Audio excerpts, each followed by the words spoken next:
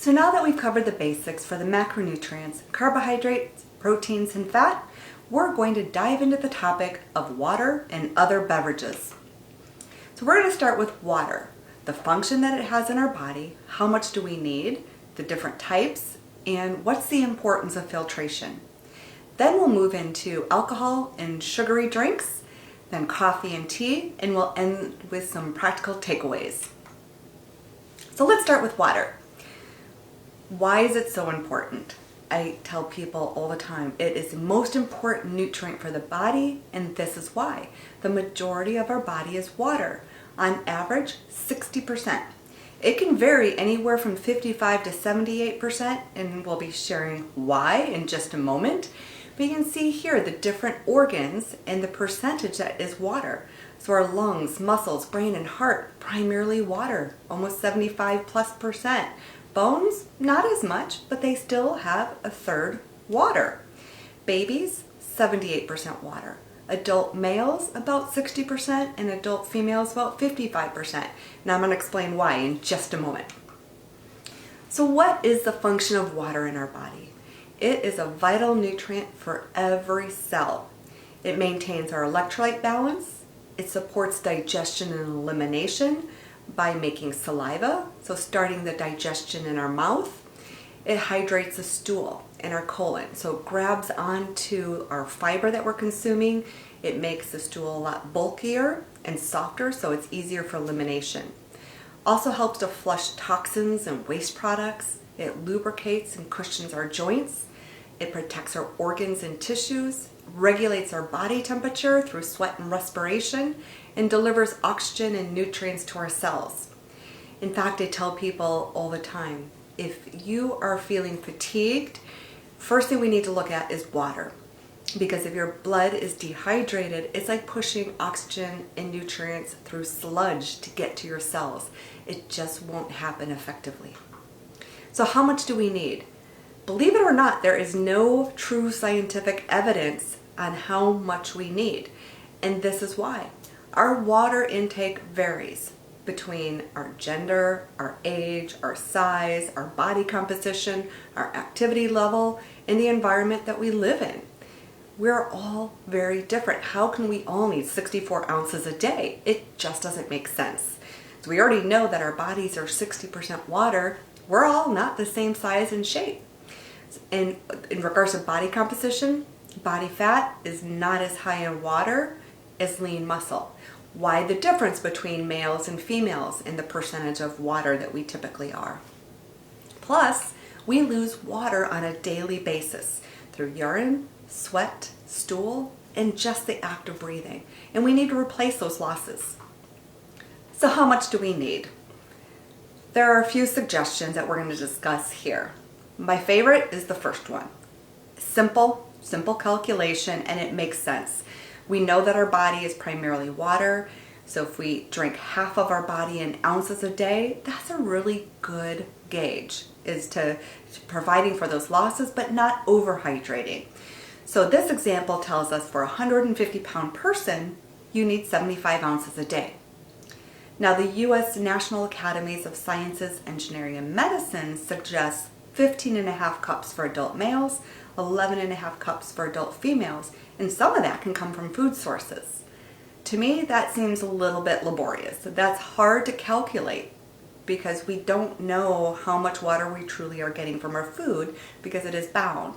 So it's easier to have a measurement of liquid water that we can measure and identify. The NIH recommends 12 cups for males, 9 cups for females. And then another simple way is to gauge it off of the color of your urine. So your urine should be clear to pale yellow. If it looks like Mountain Dew, you're probably dehydrated. Or another caveat would be that you're taking B vitamins.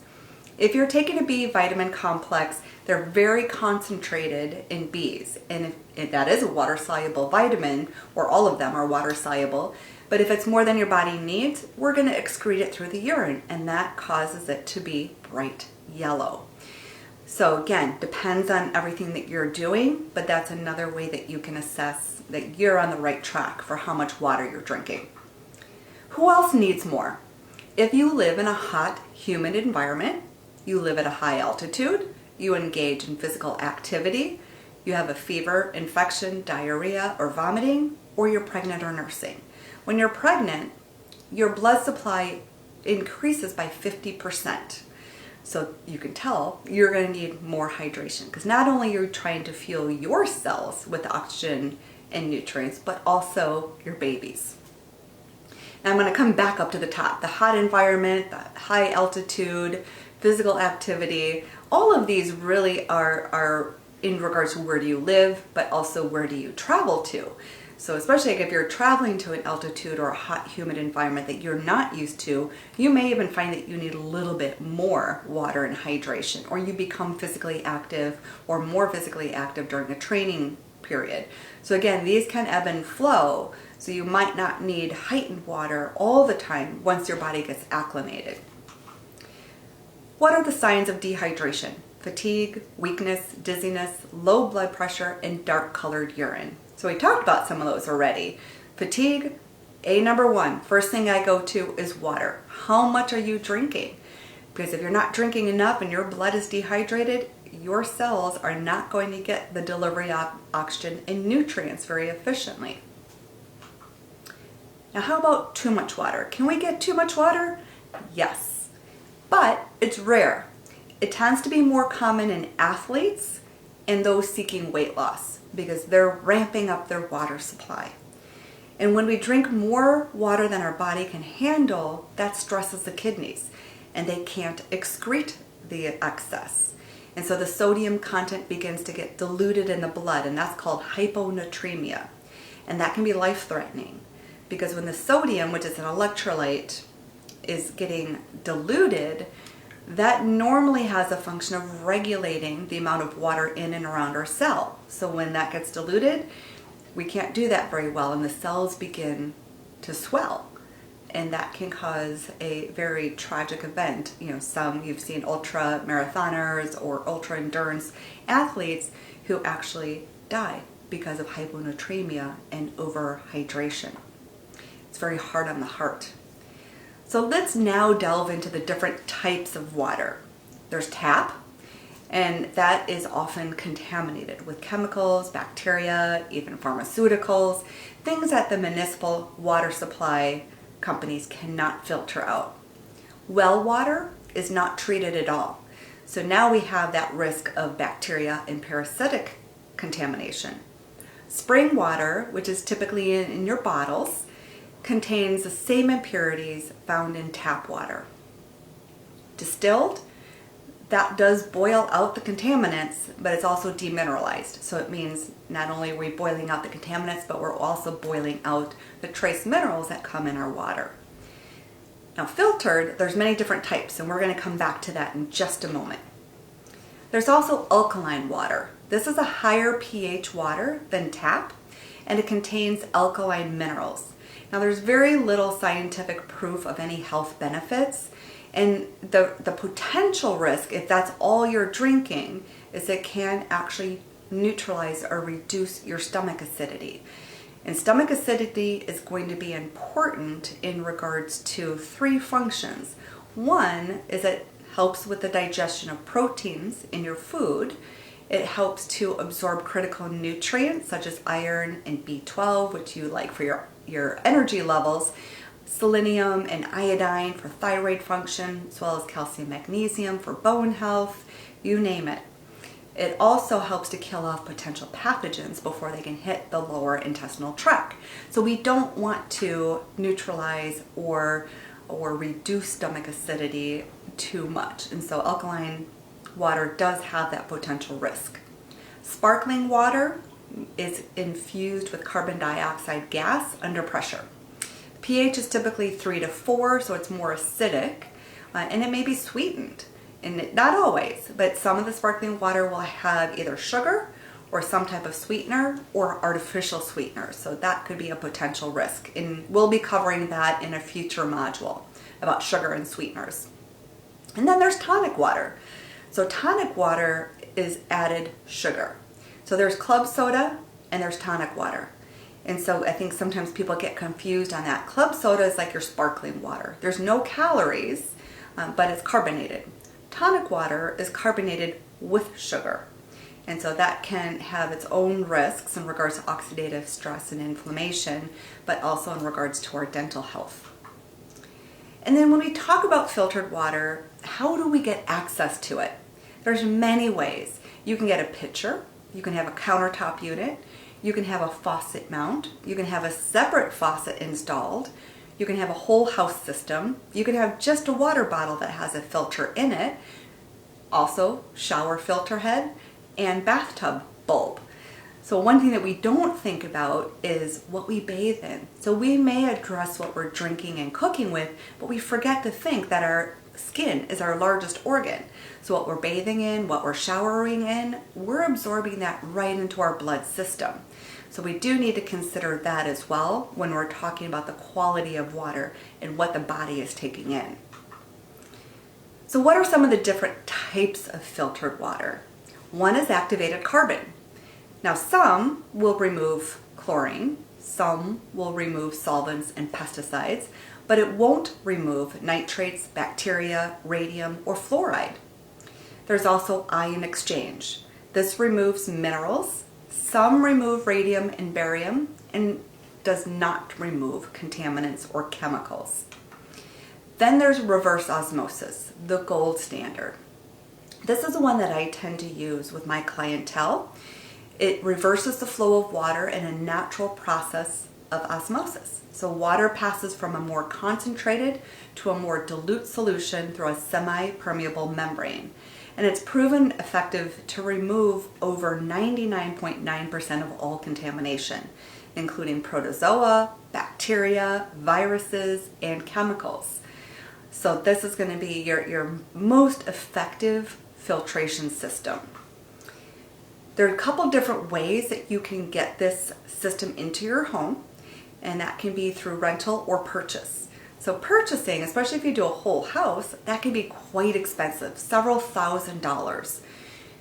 You can rent as well. That's what we do personally. So we rent a system. We had a separate faucet installed, so we use that for our drinking and cooking water, and then we installed a shower filter head for the showering purposes. Because when you do a whole house, we have to remember that it takes a lot of water. So when you're going through this whole reverse osmosis system, you're using 3 times the water than you're treating. So that can also be a sustainability issue. So really think about targeting more of your drinking and cooking water and then your bathing water versus a whole house system for that purpose. So not only do you save some money, but you're also saving the environment and the water sustainability. Reverse osmosis removes contaminants, but also trace minerals. So this is a simple add, same with the distilled water. Remember, that's demineralized as well. So if you opt for one of these 2 sources of filtration, just add your trace minerals back in. There's a lot of liquid options that you can purchase where you just add 8 drops per cup or 2 cups, maybe 40 drops a day. So very simple to add it back in. Plus, if you're taking a multivitamin mineral, that will also assist. So how do you know what your water is like? There's a couple different ways, and I do encourage you to get it tested first before just diving in, because maybe you don't need to. I've had several clients in the Twin Cities area here in Minnesota who actually, when we looked it up, their water supply was quite clean. So they really didn't have a need to filter it at this point. So again, every municipality is different.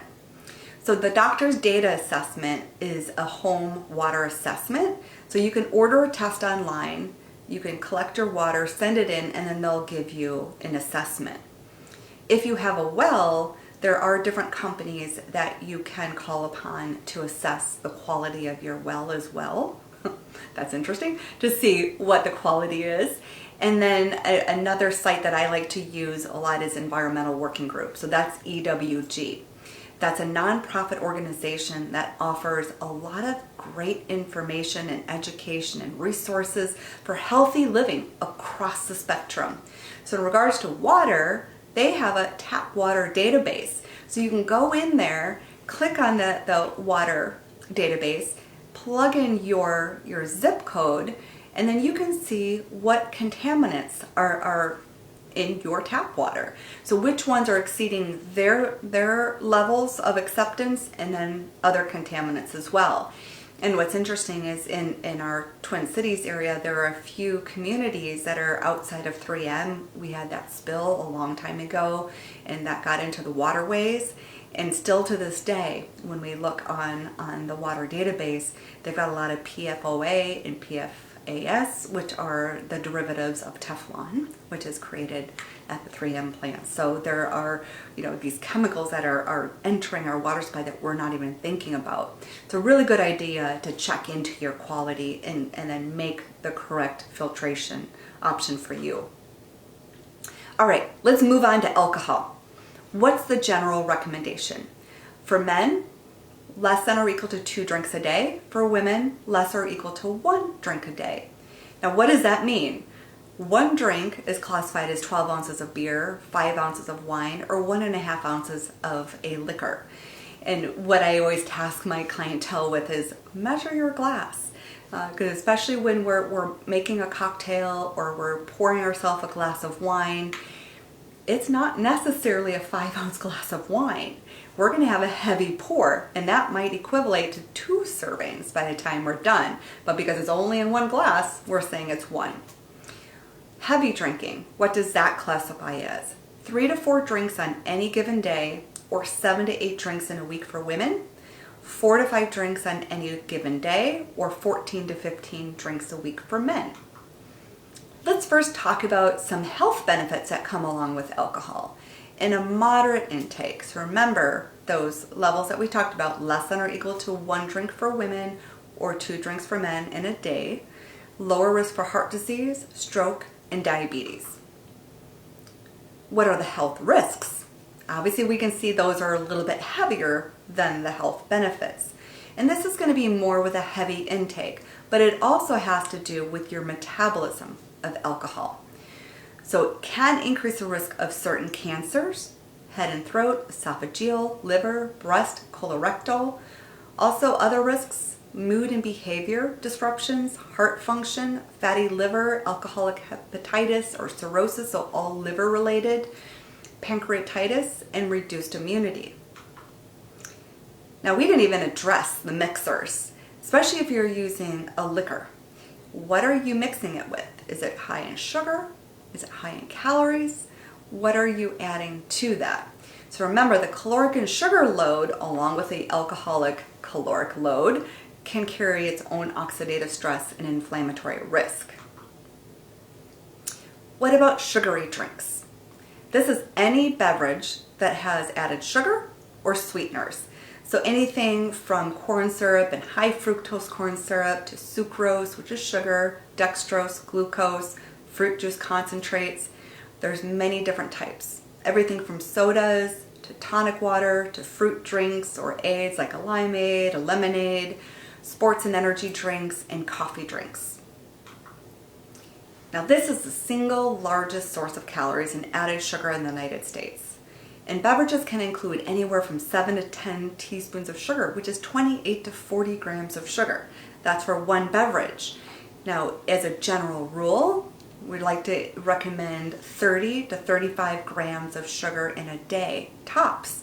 So you can see that a sugary beverage can overkill that recommendation and that top level of sugar load. So everything from a 12-ounce soda giving 8 teaspoons of sugar or 32 grams of sugar, you've already bypassed that recommendation. All the way down to a 20-ounce sports drink, that's 30 to 40 grams of sugar. A 20-ounce soda, 65 grams of sugar. You've got juice, so we oftentimes think juice is healthier because it's fruit. 12 teaspoons of sugar, 48 grams of sugar in a 16-ounce bottle. Now, size matters. So look at how we've evolved over the years. Before 1950s, we had 6.5-ounce soda containers. By 1960, we jumped to 12 ounces. By early 1990s, we're at a 20-ounce bottle. Now we supersize them. So 42 ounces, and we give free refills. So you can see where the problem lies. Now, what are the risks? Definitely obesity. The excess calories and sugar, very high in inflammation and oxidative stress. Just one sugary drink a day for 12 months can lead to a 5-pound weight gain. And that's alone, not including anything else that we're doing in our diet. Type 2 diabetes, heart disease, lowering our high density or happy cholesterol, and increasing our triglycerides, breaking down our bone, especially with the darker cola type beverages because they're higher in phosphorus, so leaching calcium from the bones.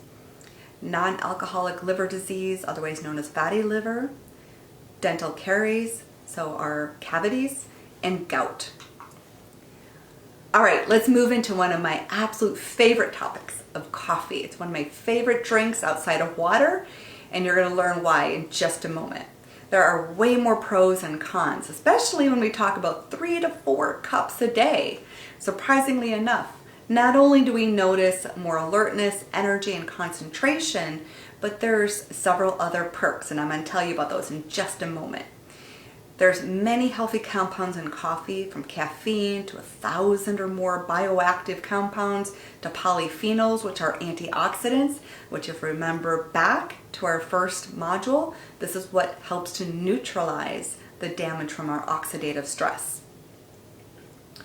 Caffeine, 1 8-ounce cup of brewed coffee, about 95 milligrams of caffeine. Moderate consumption of coffee is at 3 to 5 cups a day. So that can be about 400 milligrams worth of caffeine. So what are those benefits? Look at this laundry list. It excites me so much because, again, I'm such a coffee lover in regards to just the taste and the aroma, but also for the health risk. So it's been shown to lower a risk for Parkinson's, type 2 diabetes, liver disease, certain cancers, heart disease and stroke, heart failure, Alzheimer's, obesity, and all-cause early mortality.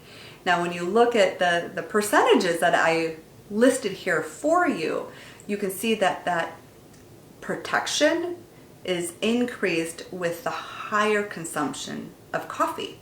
So when we're having 3 to 5 cups a day is where we're really seeing the benefits. So now, what are the potential risks on the flip side? It really is going to come back to metabolism, because some of you are probably out there saying, holy cow, I can't drink 5 cups of coffee a day. I would be crazy. I wouldn't be able to sit still or get anything done. So that depends on your metabolism. There's fast metabolizers and slow metabolizers.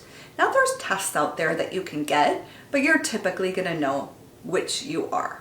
So if you have like 1 cup of coffee and you get very irritable, or you experience a lot of the symptoms that are listed here, you're going to know that you're a slower metabolizer.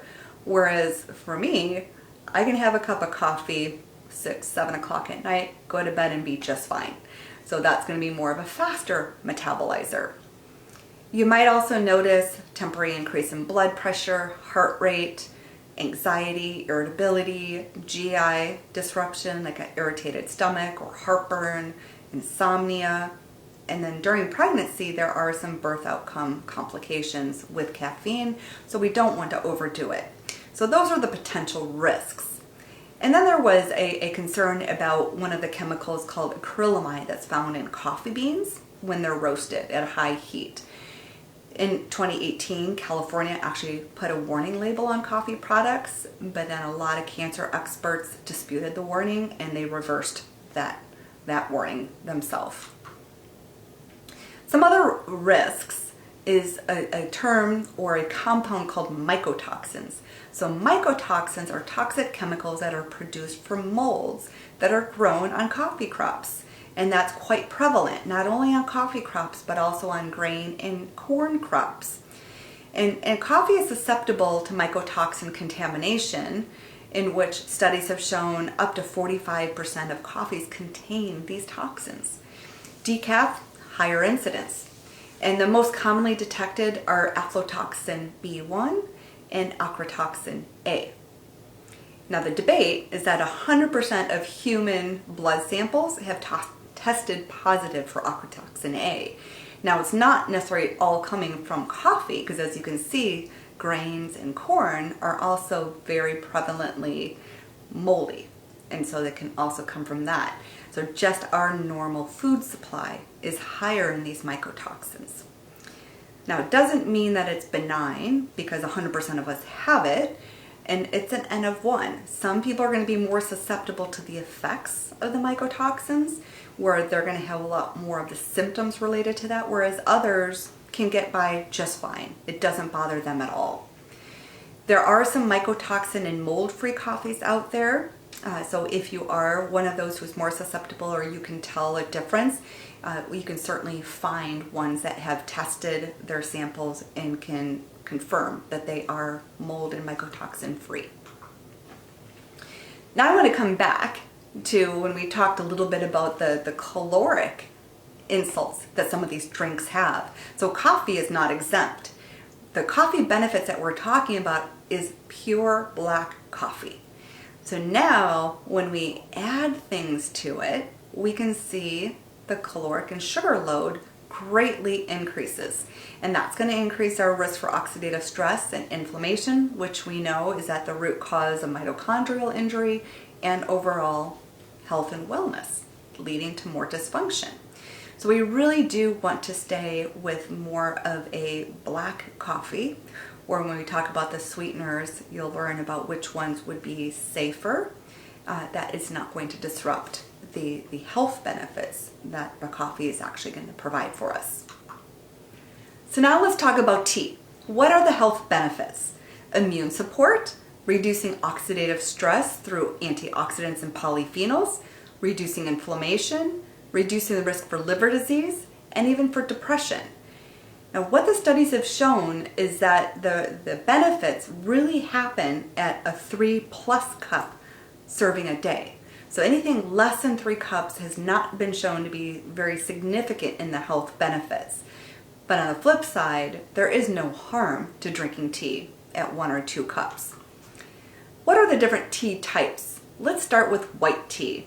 This is your least processed variety, high in antioxidants and polyphenols, high in fluoride, catechins, and tannins, which can help strengthen the teeth and reduce plaque.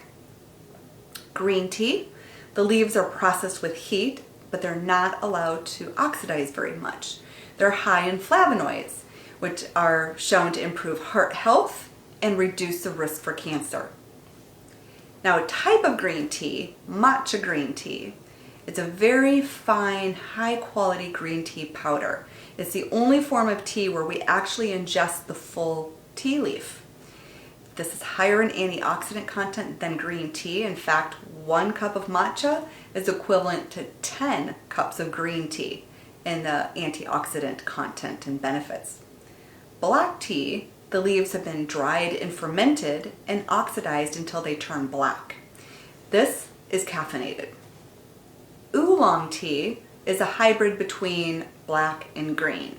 It contains a compound called L-theanine, which is a type of amino acid that actually has been shown to reduce anxiety, calm the nervous system, and enhance alertness. Then there's herbal tea.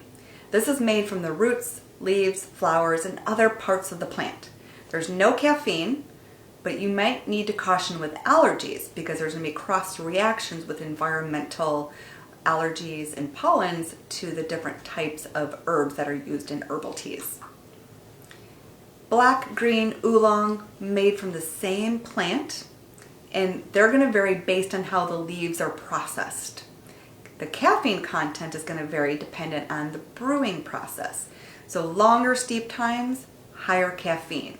So you can see the caffeine comparison from 1 cup of brewed coffee at 95 milligrams to a cup of black. It's half of that at 48, and that's going to be your highest caffeinated tea, all the way down to green tea at 29 and oolong at 38. So much lower in caffeine content. So what are our practical takeaways? Now that we got a deep dive into water and these other beverages, water, a number 1 nutrient. Focus on drinking the adequate amount of water, filtration with no sugar or sweeteners added. Omit the sugary drinks and limit your alcohol intake. And if tolerated, add more plain, not the frou-frou kind, of coffee and tea. Thank you.